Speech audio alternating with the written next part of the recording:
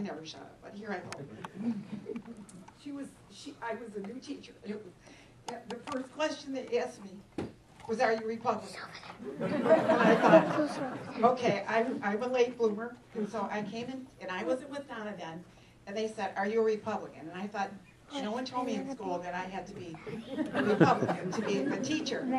So I was in a little group for about 2 months. I took over maternity leave for another teacher, and they were all Republicans. And I guess I was a Republican because I was afraid to say otherwise. Well, I was changed at the beginning of the year, the new quarter.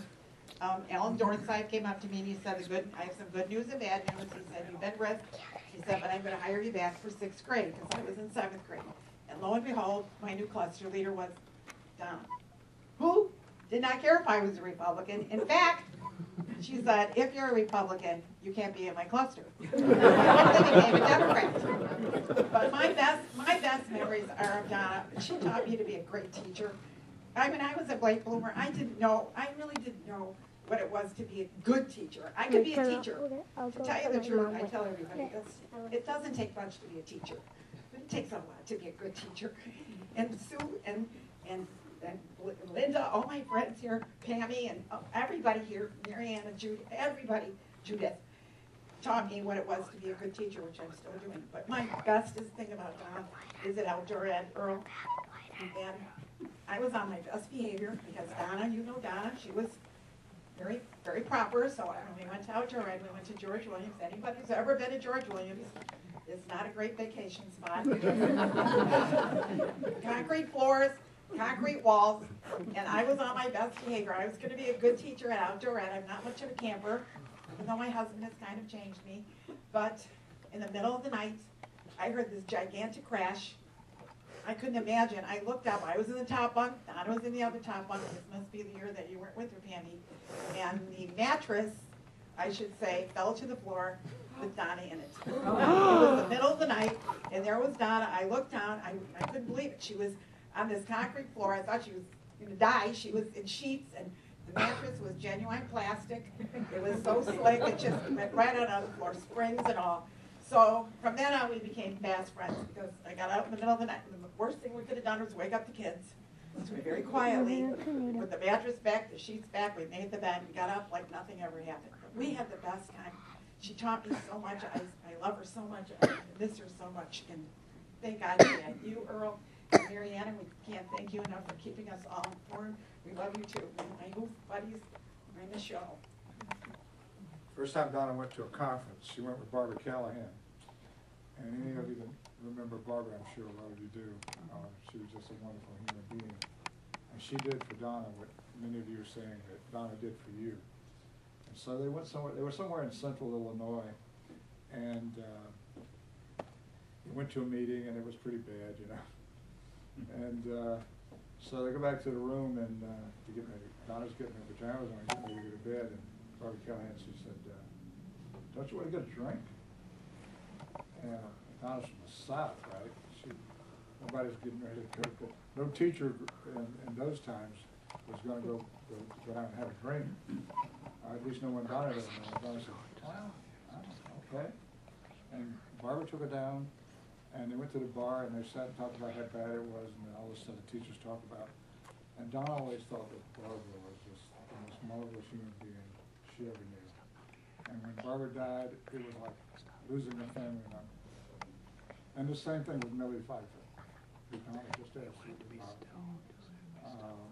She lost what she considered at the time her two best friends. I'll tell you a funny story about Donna. When she got a job, she was interviewed by Oscar Huth. She had to go to his house. He was sick, and he was in his pajamas and bathrobe. And so she was interviewed in the front, in the living room by Oscar Huth in his pajamas. She says, "It's very weird." She put it on.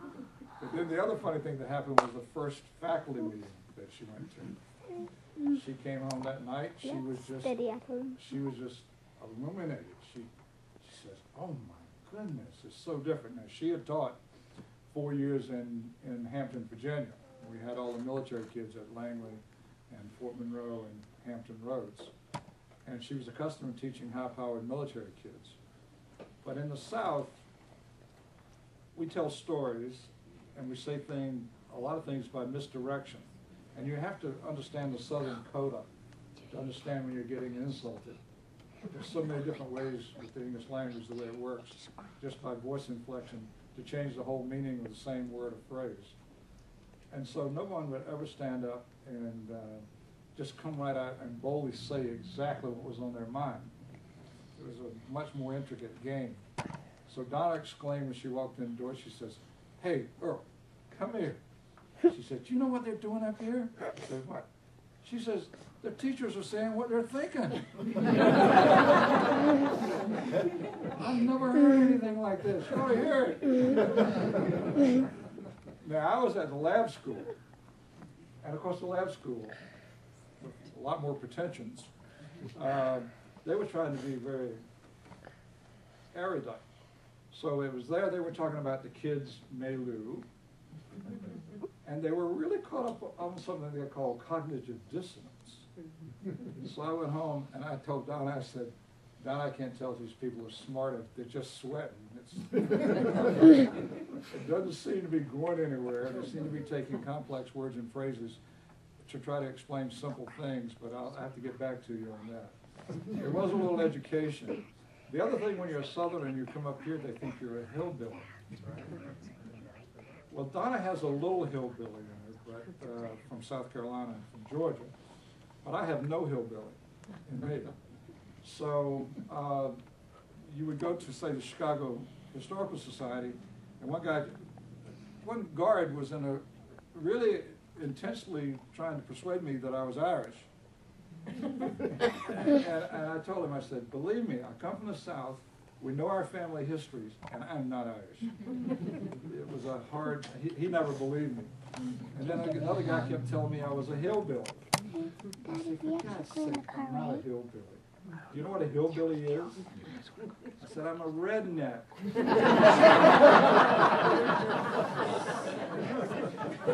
You're so stupid. I explained it to the kids, you know, the difference between a hillbilly and a redneck. And it was a long discussion. I think the most exciting day in my class was when I just explained how tobacco is processed. They were all smoking. They had no idea how it was put together. It was a day of rapture.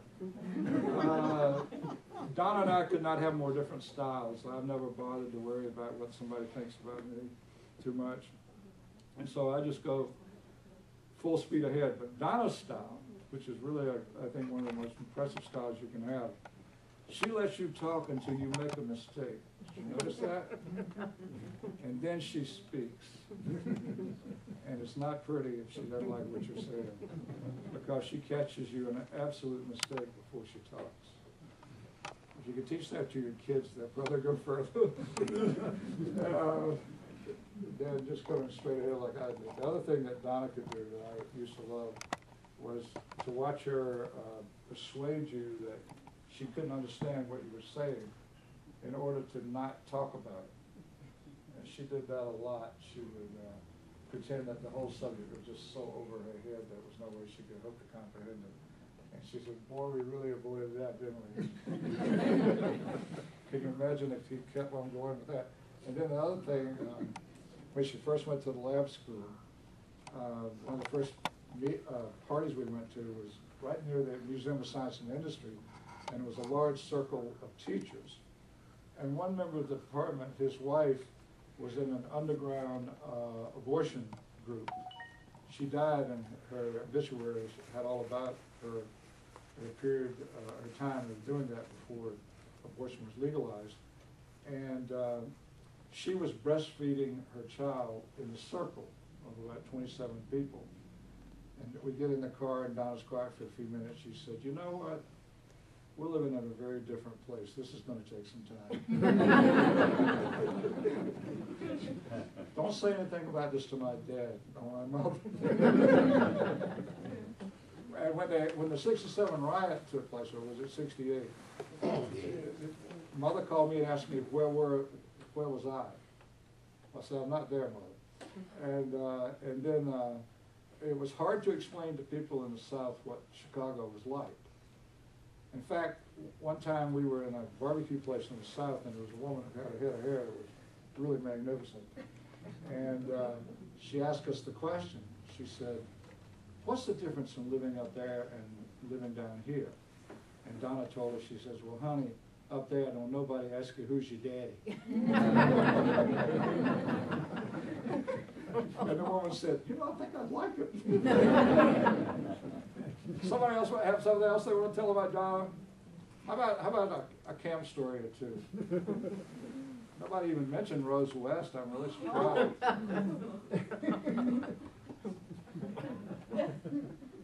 There's will be some great stories there. Rose riding up in an air-conditioned car and you on the bus. Rose is a legend in school. She managed to persuade the school district to send her to Australia to watch an eclipse, right? Now that's a teacher to admire. Anybody can pull that scam off. Oh, it's just such a better view.